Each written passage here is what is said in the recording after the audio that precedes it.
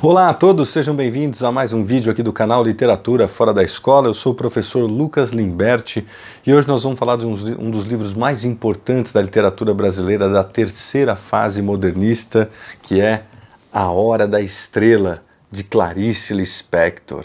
É um dos livros mais que eu tenho o maior carinho da minha vida. Para quem quer conhecer a obra de Clarice Lispector, aproveitando que nós vamos começar uma sequência de vídeos aqui falando sobre a Clarice Lispector, comemorando o seu centenário, desse que é o último livro, né, sua última novela, publicada em 1977, e que encerra, né, ao conjunto da grande obra dessa escritora brasileira, né? Na verdade, Clarice Lispector nasce na Ucrânia, vem com 2 meses de idade para o Brasil, e vai ser uma escritora, como a gente costuma dizer, que já nasce pronta, né? A gente costuma dizer que tem escritores que têm os seus momentos, que vão se formando, os seus livros ainda incipientes e que num dado momento chegam à genialidade. A gente costuma dizer que a Clarice Lispector já nasceu pronta. Olha que coisa interessante. E a Clarice, na verdade, vai morar no Rio de Janeiro, vai morar no Nordeste, mora em outros países, depois se casa com um diplomata, né, na Suíça, enfim, na Europa. E aí ela vai escrever essa história num momento que eu acho que inclusive vale o convite, pensando em todo esse processo de comemoração do seu centenário, vale a pena todo mundo assistir a última entrevista que ela dá para a TV Cultura, né, aquela entrevista mágica. Ela já estava com câncer terminal e não contou para ninguém, né, enfim. E os mistérios de Clarice Lispector vão aparecer muito colocados nesse livro que encerra a sua produção, né? Particularmente eu tenho um carinho muito especial por esse livro, já trabalhei bastante com ele em sala de aula. Para vocês terem uma ideia, olha que loucura, né? Vai parecer coisa de professor de literatura maluco, mas eu já li esse livro mais de 30 vezes, e todas as vezes que eu li esse livro eu encontro um aspecto novo, uma perspectiva nova. Então, do ponto de vista técnico, quem está estudando aí para os vestibulares, para as provas do colégio, e claro, para quem ama literatura, lembra sempre que a Clarice Lispector é uma escritora que ela vai, trabalhar muito a questão do ser feminino, né? Ela vai fazer sempre um mergulho na geografia íntima do ser feminino e, nesse sentido, vai buscar os meandros ali do que é essa narrativa psicológica que vai deflagrando a alma humana a partir dos mistérios da existência. Então, nesse caso, acima de tudo, nós temos uma história que se passa em 2 instâncias. Num primeiro momento, aparece o narrador, que é um sujeito chamado Rodrigo S.M. Ela tem essa coisa de colocar as nomenclaturas para os sobrenomes, que traz uma dimensão de mistério. Então, né, tem, por exemplo, uma outra obra dela, que é A Paixão Segundo GH. Aqui nós temos esse narrador, o Rodrigo S.M., que passa cerca de 50% do livro só pensando em começar o livro. Então nós temos um mergulho nesse monólogo dramático de um sujeito que busca escrever a sua história, né? Começar pelo fato de que a Clarice tem também os seus mistérios ligados à ideia de numerologia. Para vocês terem uma ideia, esse livro tem 13 títulos, né? A Hora da Estrela é apenas um deles. Eu estou com essa edição também que é muito bacana, você pode encontrar em livrarias, hoje em dia mais em sebos, né? Que é da Rocco, que apresenta dois CDs, e esses CDs narram a história com as vozes do ator Pedro Paulo Rangel, que vai assumir aí a voz do Rodrigo S.M., do narrador, e na dedicatória a Maria Bethânia, né, que tem uma voz magistral e sabe interpretar a poesia como ninguém. Então a história já se apresenta com essa coisa meio misteriosa de ter 13 títulos, né? Então A Hora da Estrela é um deles. Depois nós temos A Culpa é Minha, A Hora da Estrela, Ela que se arranje, O Direito ao Grito, Quanto ao Futuro, Lamento de um Blue, Ela não sabe gritar, Uma sensação de perda, Assovio no escuro, Eu não posso fazer nada, Registro dos fatos antecedentes, História lacrimogênica de cordel, Saída discreta pela porta dos fundos. Olha só, né? E o Rodrigo S.M. já começa, né, da mesma forma que depois ele vai terminar, né? Tudo na vida começou com um sim, fora antes uma dedicatória do autor ou Clarice Lispector.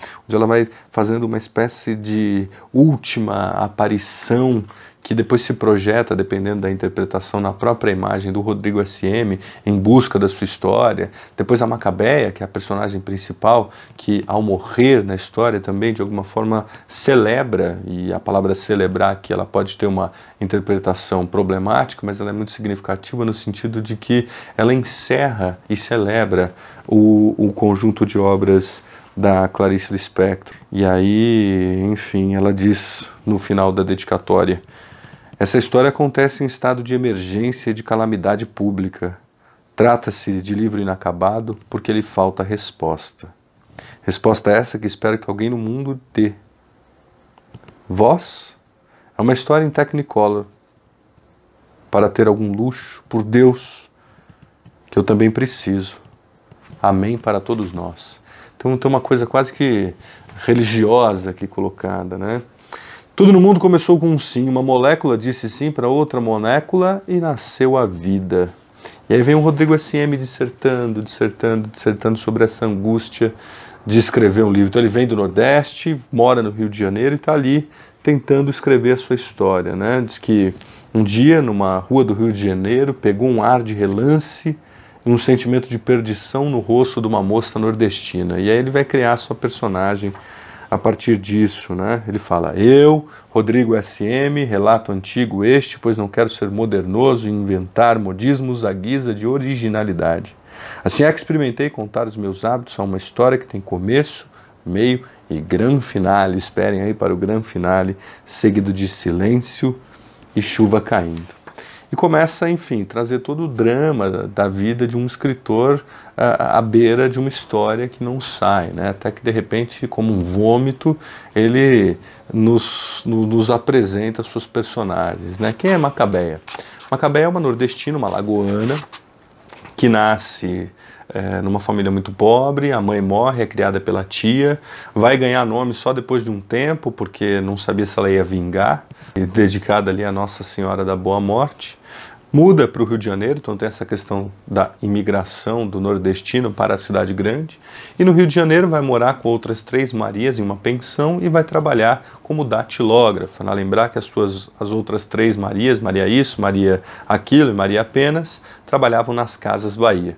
E ela trabalha como datilógrafa, então ela vive o seu dia a dia sempre imersa numa espécie de zoomorfização, sem muita consciência do seu existir. Ela é um bichinho assustado no meio da cidade grande, com gostos e sabores muito simples no que diz respeito à apreensão do que é a vida.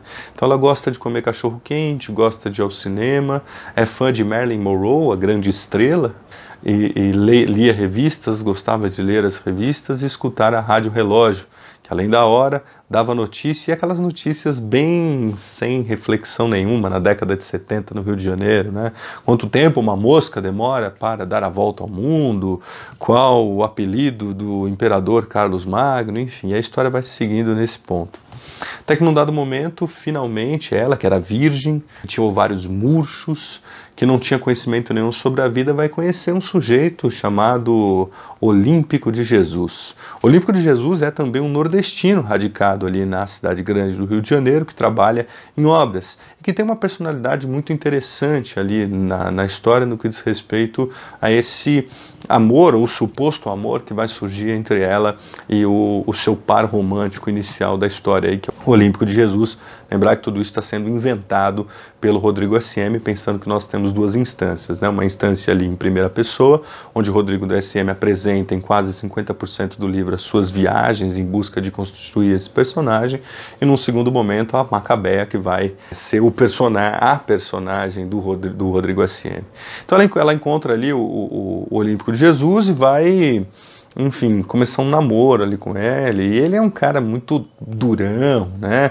Orgulhava-se de ser muito macho, porque já havia matado um homem na vida, mas ia a enterros de desconhecidos para poder chorar, porque ele nunca podia chorar na frente de uma pessoa conhecida. Também esculpia imagens de santo, e um dia roubou o relógio de um colega numa construção, na obra que ele trabalhava, e é aquela coisa, ele roubou e nunca podia usar, porque ele estava sempre trabalhando. Conhece a Macabeia, paga um café para ela e fala que era só isso que ela merecia, e ela enche de açúcar o café, né? Aí ali ele olha para ela e fala, mas para que tanto açúcar? E ela responde, ah, eu tenho que aproveitar, né, que o açúcar é de graça. Então a Macabé é aquela moça tímida, medrosa, que não sabe de nada e que tem medo de tudo, né? Enfim, eles começam a desenvolver um namoro e, claro, como o Rodrigo SM menciona num dado momento, ele diz, são bichos da mesma espécie que se farejam.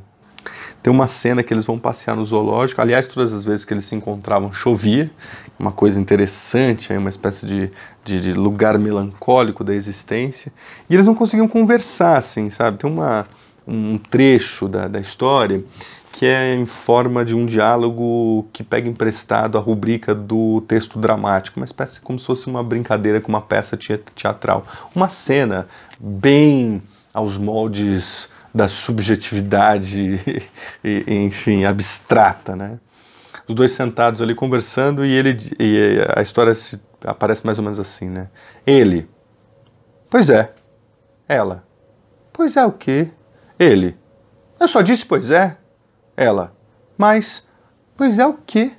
Ele, melhor mudar de conversa porque você não me entende. Ela, entendeu o quê? Ele, Santa Virgem Macabéa, vamos mudar de assunto e já? Ela, falar então de quê? Ele, por exemplo, de você. Ela, eu? Ele, porque eu espanto, você não é gente? Gente fala de gente. Ela, desculpe, mas não acho que sou muito gente. Ele, mas todo mundo é gente, meu Deus. Ela, é que ainda não me habituei. Ele, não se habituou com o quê? Ela, ah, não sei explicar. Ele, então? Ela, então o quê? Ele, olha, eu vou embora porque você é impossível. Ela, é que eu só sei ser impossível, não sei mais nada. O que é que eu faço para conseguir ser possível?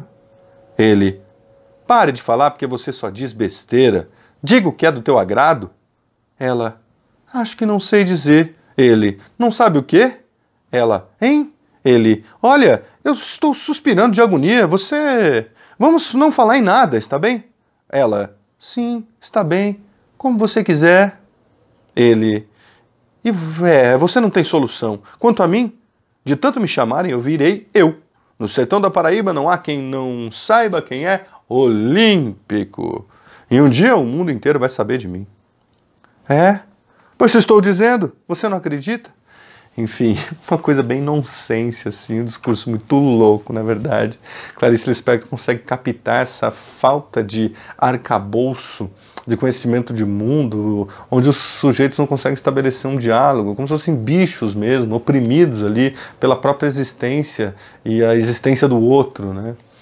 Enfim, o Olímpico de Jesus no futuro, depois ele se torna de fato um homem político, ele vai ser conhecido mesmo, mas fato é que no meio da história aparece uma amiga da Macabé, chamada Glória, que vai roubar o namorado da Macabé, né, e vai pedir desculpa para ela, e ela vai falar, ah, tá bom, então a Macabé não tinha nem força para, enfim, responder a esse roubo, né, do seu namoro. A Glória era uma moça muito sensual, uma carioca de verdade, que segundo eles fazia parte do clã das pessoas da cidade grande, rechonchuda, sensual, os cabelos loiros tingidos com as raízes negras, uma pinta e um buço, a sua perspectiva de ser gorducha, de ser forte, de ser, como dizia na história, ali com formas avantajadas, trazia para o Olímpico de Jesus um certo interesse, pois se ela era gorda é porque tinha comida em casa e sobretudo depois quando ele descobre que ela era filha de um açougueiro. Olha só, né?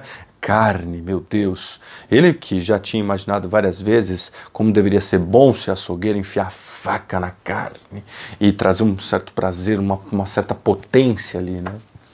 Bom, o fato é que a Glória fala para Macabé assim, olha Macabé, eu roubei seu namorado porque eu fui numa cartomante, ela disse que eu ia ficar com um olímpico. Nossa, eu fiz todo um trabalho, né? Sangrei um porco, girei aquele sangue, e eu acho que você devia também, eu vou pagar uma consulta para você. E a Macabéa diz, ah, tá bom. E lá vai a Macabéa ver essa consulta, chega lá, é recebido pela Madama Carlota, que pela primeira vez trata ela bem, ela chega lá para se consultar, estranhamente tem uma moça saindo, chorando, e ela pergunta, por que essa moça está chorando? E Madama Carlota responde, é porque eu tirei nas cartas que ela ia morrer atropelada. Macabé se assusta com aquilo, mas logo passa por um ambiente muito afetivo, onde pela primeira vez alguém oferece um bombom, oferece um café para ela. E nesse primeiro momento, até para ganhar a confiança da Macabé, a Madama Carlota começa a contar sua história. E é uma história bem interessante, né? Porque ela era prostituta, né? Então ela gostava de amar os homens, vivia ali no cais, no Rio de Janeiro, onde eles chamavam de Umangue, né? Onde se frequentava as moças que não eram de família, como dito na obra. E ela começa então a explicar a sua história, dizer que ela foi ficando mais velha e se tornou cafetina, né? Depois os homens pararam de frequentar o mangue e para sobreviver ela vai tirar as cartas. Interessante é que ela vai perguntando, mas Macabé, você precisa se ajeitar, se você não se ajeitar, você não vai conseguir nenhum homem, não vai conseguir se casar, não vai conseguir nem mulher. Aliás, Macabé, você já experimentou o amor de mulher? Ela, ai meu Deus, que horror, que pecado.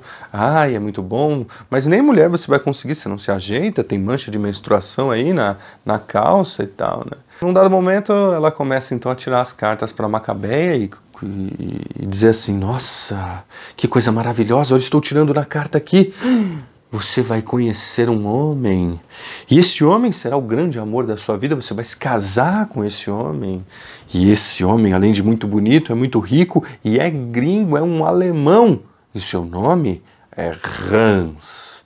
Ah, Macabéia saiu dali empolgadíssima, como diz na história, grávida de vida. Pela primeira vez ela pensou no futuro, pela primeira vez ela tinha ao que viver.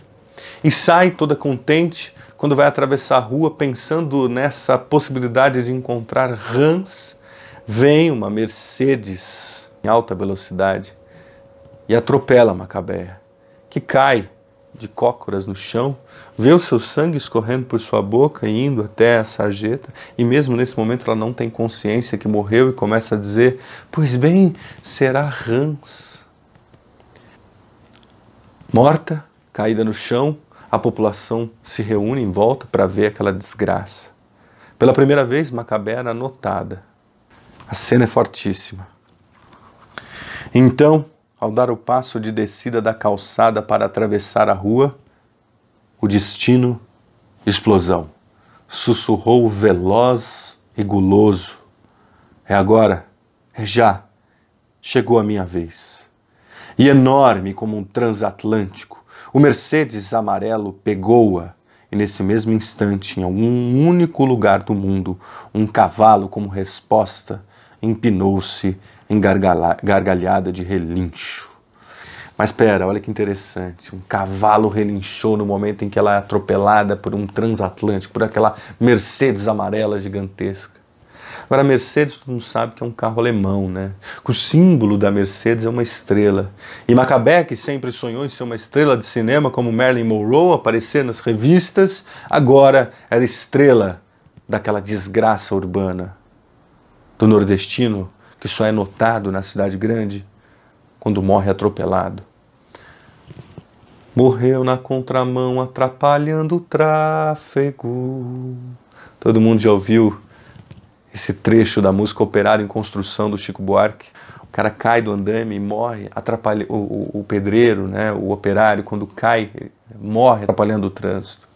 E Macabé, pela primeira vez, teve seu momento de estrela. Pela primeira vez ela foi notada na cidade grande, quando estava ali, caída e morta.